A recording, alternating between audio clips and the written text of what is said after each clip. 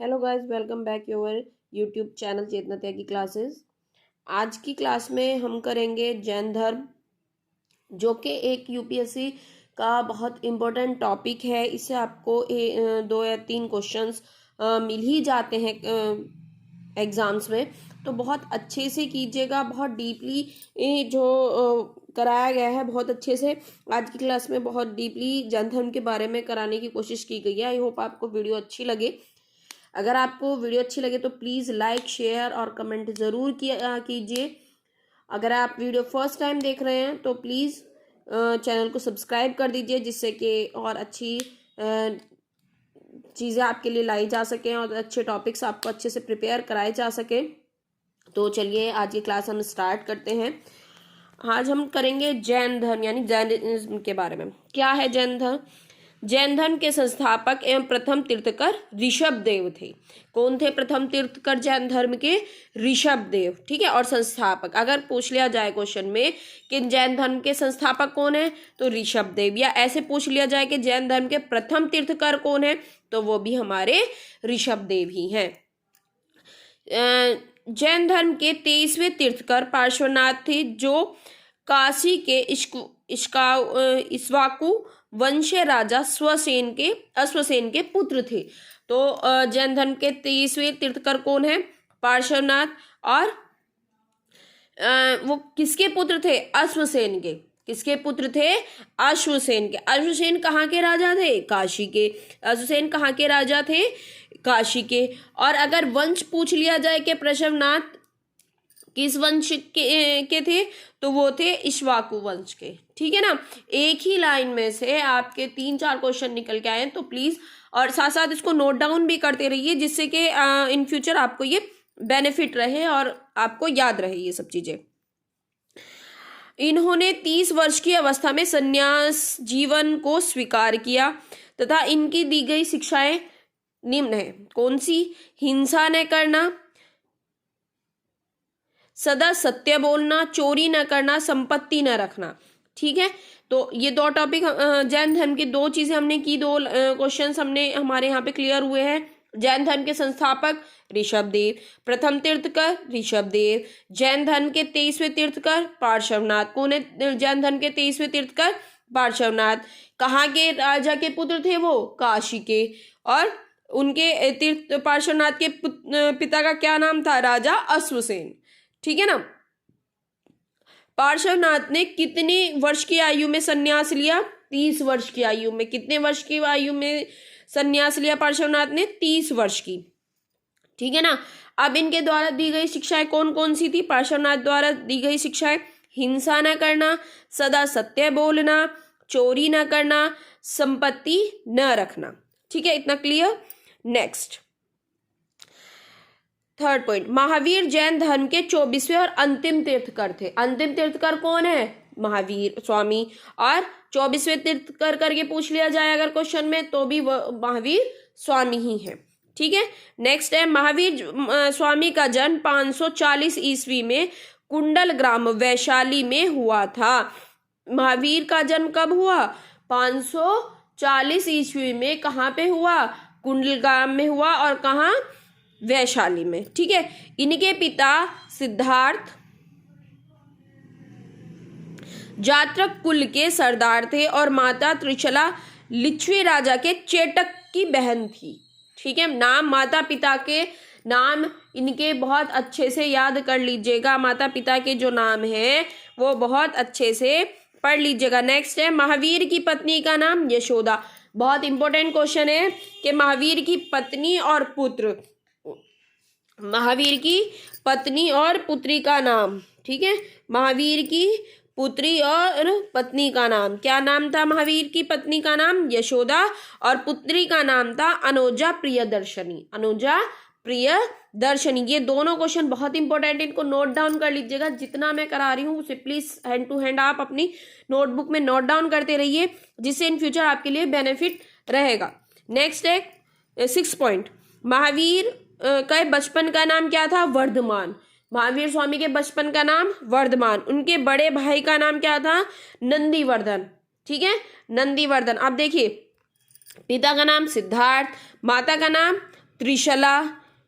महावीर स्वामी की पत्नी का नाम यशोदा, पुत्री का नाम अनोचा प्रियदर्शनी, और बचपन महावीर के बचपन का नाम वर्धमान, और महावीर भगवान के भाई का नाम नंदीवर्धन। ठीक है ना, ये 6 पॉइंट आपके जैन धर्म से रिलेटेड थे जो आपको अच्छे समझ आए होंगे। अब हम आगे चलते हैं। और जो इनके दामाद थे, महावीर स्वामी के दामाद थे, उनका नाम है जामिल। क्या नाम है?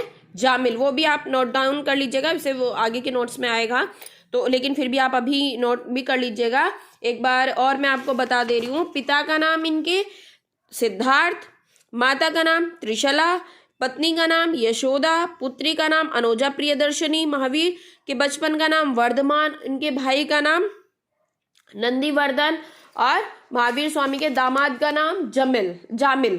क्या है? जामिल। ठीक है, तो चलिए हम नेक्स्ट पॉइंट पे आते हैं। 12 वर्ष की कठिन तपस्या के बाद महावीर को जाम्भृक के समीप ऋजुपालिका नदी के तट पर साल वृक्ष के नीचे तपस्या करते हुए संपूर्ण ज्ञान प्राप्त हुआ। इस लाइन में बहुत सारी इंपॉर्टेंट क्वेश्चंस हैं, उनको अंडरलाइन कर लीजिए, सॉरी नोट डाउन कर लीजिए। बहुत अच्छी, अगर पूछ लिया जाए महावीर को कितने वर्ष की तपस्या करनी पड़ी तो 12 वर्ष की। ठीक है ना, कितने वर्ष की? 12 वर्ष की। कहाँ, अगर पूछ लिया जाए किस नदी के तट पर? ऋजुपालिका नदी के तट पर। ऋजुपालिका नदी के तट पर उन्हें क्या प्राप्त हुआ था? ज्ञान प्राप्त हुआ था। और किस वृक्ष के नीचे ज्ञान प्राप्त हुआ? तो उसका नाम था साल वृक्ष। क्या नाम था? साल वृक्ष के नीचे तपस्या करते हुए संपूर्ण ज्ञान का बोध हुआ। ठीक है ना, एक बार और रिपीट कर लेते हैं। 12 वर्ष की कठिन तपस्या के बाद महावीर को जाम्भृक के समीप ऋजुपालिका नदी के तट पर साल वृक्ष के नीचे तपस्या करते हुए संपूर्ण ज्ञान का बोध हुआ। ठीक है, तो कितने वर्ष की कठिन तपस्या की? 12 की। नदी का नाम ऋजुपालिका नदी, और किस वृक्ष के नीचे?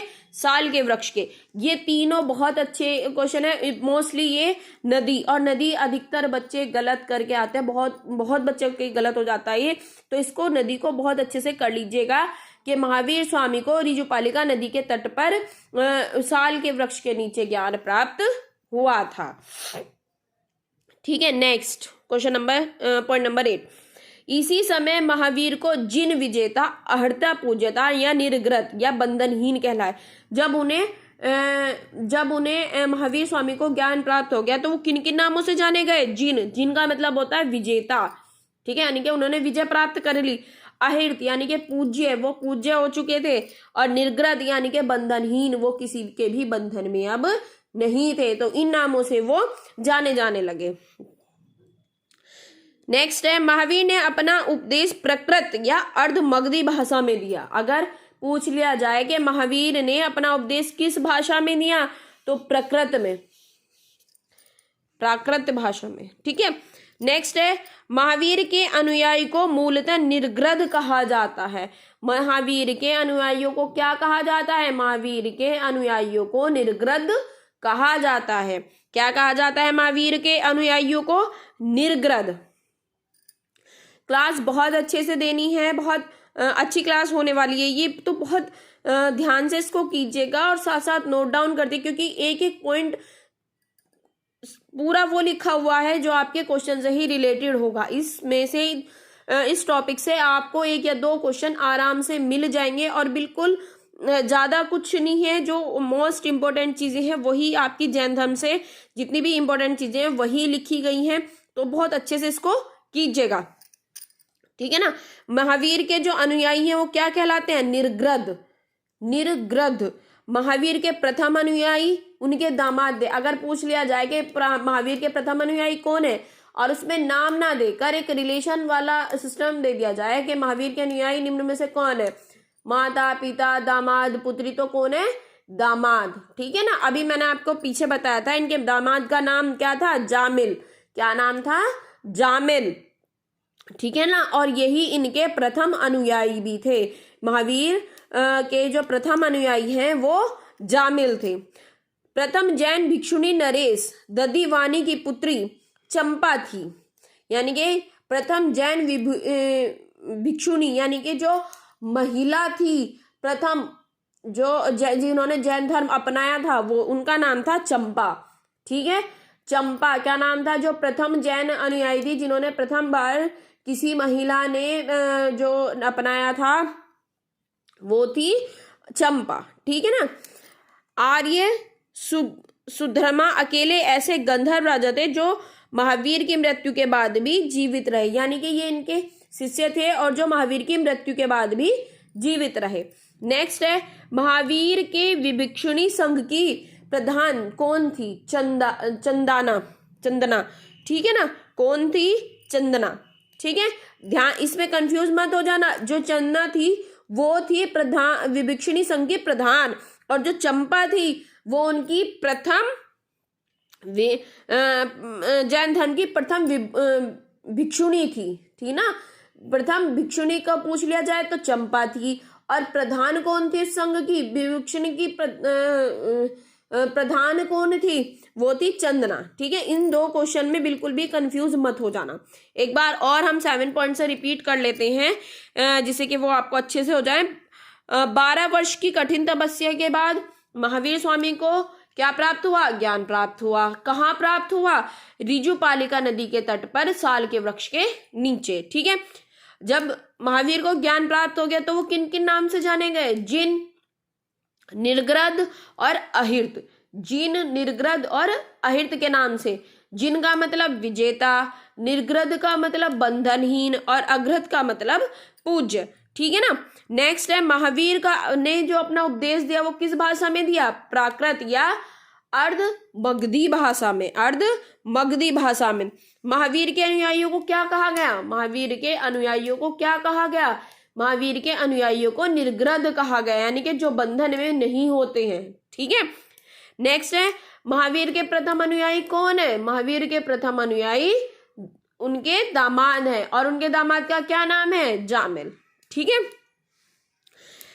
प्रथम जैन भिक्षुणी नरेश दादीवाहन की पुत्री कौन थी? चंपा। अगर पूछ लिया जाए चंपा किसकी पुत्री थी तो राजा ददीवान की। ठीक है, दोनों याद रखना है। प्रथम विभुक्षिणी कौन थी? विभुक्षिणी कौन थी? चंपा। चंपा किसकी पुत्री थी? ददीवान की। और विभुक्षिणी संघ की प्रधान कौन थी? चंदना। ठीक है, इन दो क्वेश्चन में फिर से कह रही हूं कंफ्यूज मत हो जाना।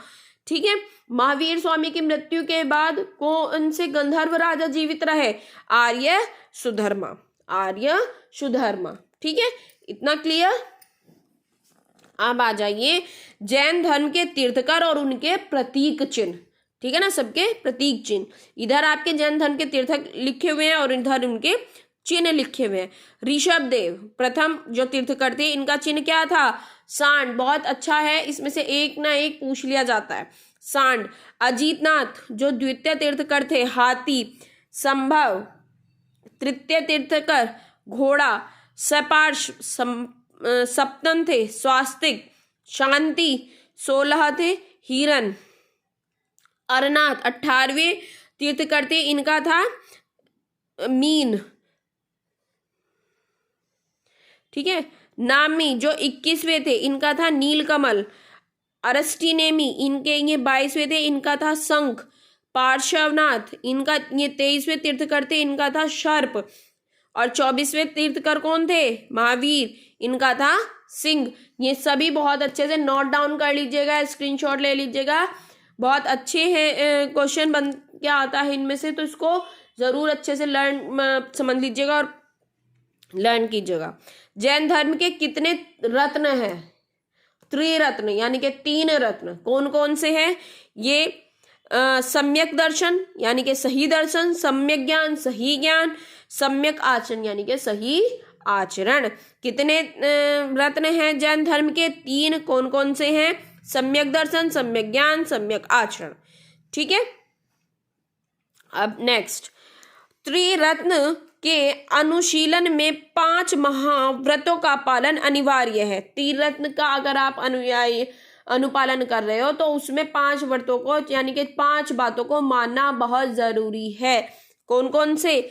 अहिंसा यानी कि किसी भी जीव को नहीं मारना, सत्य वचन हमेशा सत्य बोलना, आस्ते, परिग्रह, ब्रह्मचर्य, ये 5 चीजें आपको माननी पड़ेंगी अगर आप जैन धर्म के त्रिरत्न को अपनाना चाहते हैं। कौन कौन से 5 व्रत को पालन करना पड़ेगा? अहिंसा, सत्यवचन, अस्त्य, अपरिग्रह, ब्रह्मचर्य।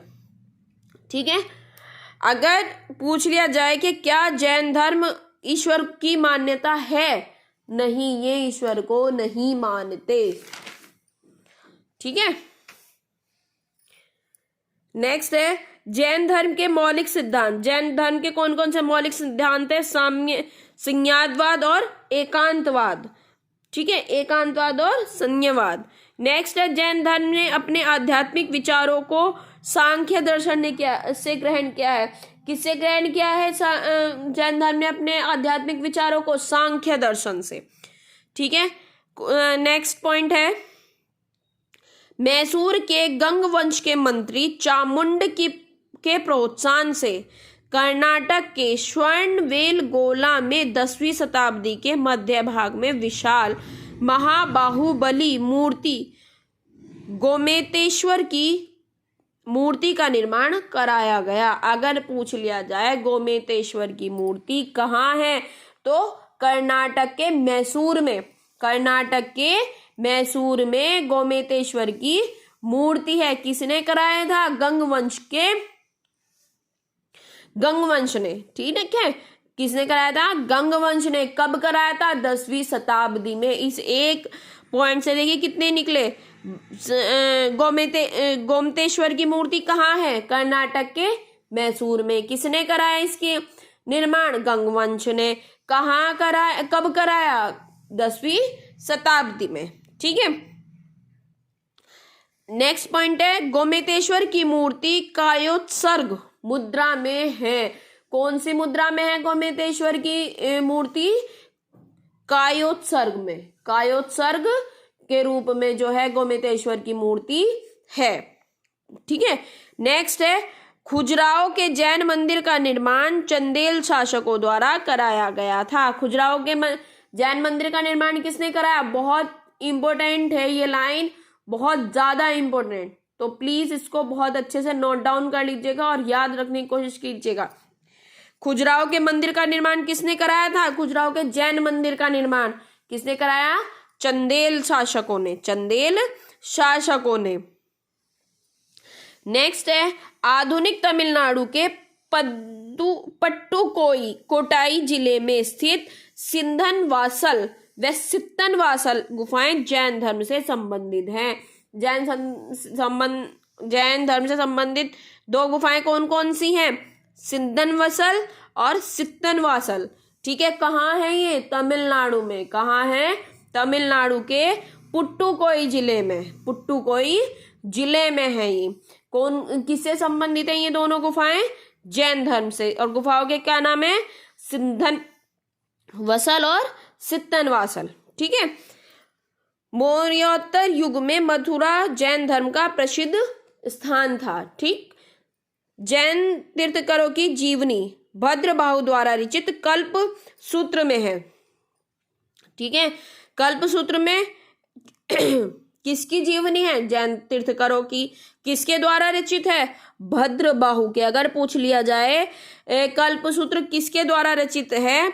भद्रबाहु में। कल्प सूत्र में क्या है? जैन तीर्थंकरों की जीवनी। क्या है इसमें? जैन तीर्थंकरों की जीवनी। ठीक है। नेक्स्ट क्वेश्चन है कितने वर्ष की आयु में महावीर जैन ने निवारण यानी कि उनकी मृत्यु हुई? तो कितने में? 72 में। ठीक है ना। महावीर स्वामी ने निवारण कितने वर्ष की आयु में लिया? 72 वर्ष की, 72। और कब? 468 में। ठीक है, 468 में। कहाँ पे? बिहार राज्य के पावापुरी में। बिहार राज्य के पावापुरी में। 72 वर्ष की आयु में महावीर स्वामी की मृत्यु या निवारण 468 ईसा पूर्व बिहार राज्य के पावापुरी या फिर राजगीर में हुई। ठीक है, इतना याद रखिएगा, बहुत अच्छा क्वेश्चन है ये।